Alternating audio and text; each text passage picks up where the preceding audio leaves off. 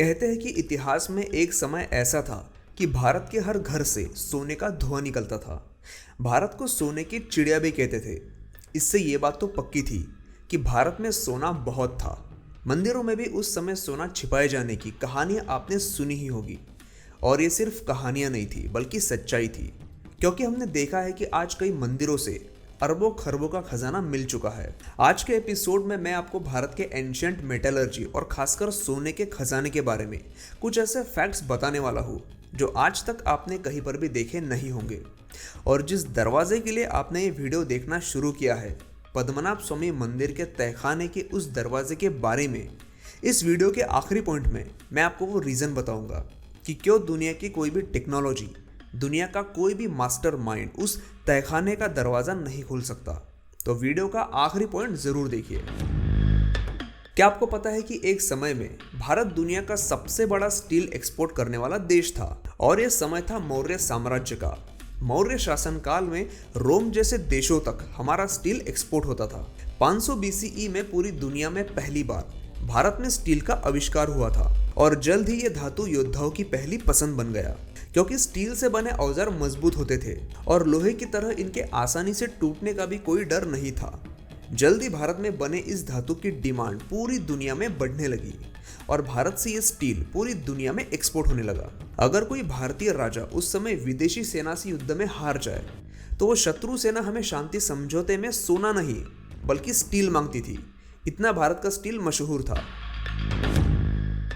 ऐसा नहीं है कि भारत ने दुनिया को सिर्फ स्टील ही दिया था, बल्कि एक कदम और आगे चलकर भारत में इसी स्टील से बनाया गया था वुड स्टील, जो एक ऐसा हाई कार्बन स्टील था जो उस समय का सबसे मजबूत धातु था, जिससे बनी तलवारों की धार सालों तक तेज रहती थी। दुनिया में सबसे चर्चित तलवारों में से एक रही किंग आर्थर की एक्सकैलिबर भी भारत से एक्सपोर्ट हुए वुड स्टील से ही बनी थी। अरब देशों के राजा ये वुड स्टील भारत से खरीदते थे और यूरोपीय देशों को बेचते थे। ये सारा व्यापार उस समय के सीरिया के शहर डमास्कस में होता था, और इसीलिए यूरोपियन लोग इस स्टील को डमास्कस स्टील कहने लगे। अगर आपने गेम ऑफ थ्रोन सीरीज देखी होगी तो इस तलवार का उल्लेख उसमें भी हो चुका है। क्या आपको पता है कि जिंक धातु का निर्माण दुनिया में सबसे पहले भारतीय लोहारों ने किया था? 1200 CE में राजस्थान के जावर गांव में इस जिंक का निर्माण हुआ था। खदान से मिले इम्प्योर जिंक को करीब 900 डिग्री तक उबालकर उससे बनने वाली भाप को पिघलाकर यानी उसका डिस्टिलेशन करके इस जिंक को बनाया जाता था। आज भी दुनिया में सबसे ज्यादा जिंक की खदानें भारत के राजस्थान में ही मौजूद है। चाहे भारत में उस समय स्टील या जिंक की कितनी भी डिमांड हो, लेकिन सोने की जगह कोई भी धातु नहीं ले पाया, और सोने की चिड़िया कहे जाने वाले भारत में सोने के प्रति भी काफी ज्यादा लगाव था। 11वीं सदी में पर्शियन स्कॉलर अल बिरूनी ने अपनी किताब में नागार्जुन नाम के एक मेटलर्जिस्ट का उल्लेख किया था। नागार्जुन एक ऐसे मेटलर्जिस्ट थे जिन्होंने भारत में सोने पर अलग अलग एक्सपेरिमेंट्स और रिसर्च करके सोने का इतिहास ही बदल दिया था। उनका जन्म हुआ था गुजरात के पास मौजूद दहाक गांव में। उनके बारे में ऐसा कहा गया है कि वो किसी भी धातु को सोने में बदल सकते थे। अब ये थोड़ी अतिशयोक्ति हो सकती है, या फिर इसका मतलब हम ऐसे निकाल सकते हैं कि इम्प्योर सोने को प्योर फॉर्म में बदलना उनको अच्छी तरह से आता होगा। उनके बारे में न सिर्फ भारतीय बल्कि चीनी और तिब्बत साहित्यों में भी उल्लेख मिलता है। उन्होंने मेटलर्जी की फील्ड में बहुत रिसर्च किया था और उन्होंने रस रत्नाकर नाम की एक किताब भी लिखी थी। इसी किताब में उन्होंने दूसरे धातुओं से सोना बनाने की विधि लिखी हुई है।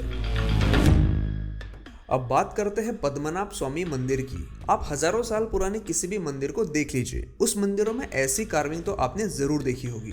अब चेन्नई के गवर्नमेंट म्यूजियम में रखा हुआ ये पत्थर देखिए, जो एग्जैक्टली उसी कार्विंग जैसा है जैसे कार्विंग पद्मनाभ स्वामी मंदिर के वॉल्ट बी के दरवाजे पर मौजूद है। ये वॉल्ट बी उस मंदिर के तहखानों में मौजूद 6 कमरों में से वही कमरा है जो आज तक बंद है, या फिर यूं कहे कि इसे खोलने के सारे तरीके फेल हुए। बाकी के तहखानों में से क्या मिला था हम सबको पता है, अरबों का सोना। तो ये आखिरी दरवाजा खोलने के लिए सरकार को इतना वक्त क्यों लग रहा है? इसका जवाब इसी डिजाइन पर छिपा है। वॉल्ट बी के दरवाजे की असली तस्वीर तो कहीं पर भी मौजूद नहीं है, लेकिन सरकारी रिपोर्ट के अनुसार उस दरवाजे पर एक नागबंद मौजूद है जो ठीक इसी तरह का है। उस दरवाजे पर सांपों को रस्सियों की तरह फंसा हुआ दिखाया गया है, जो एक लॉक की तरफ इशारा करता है।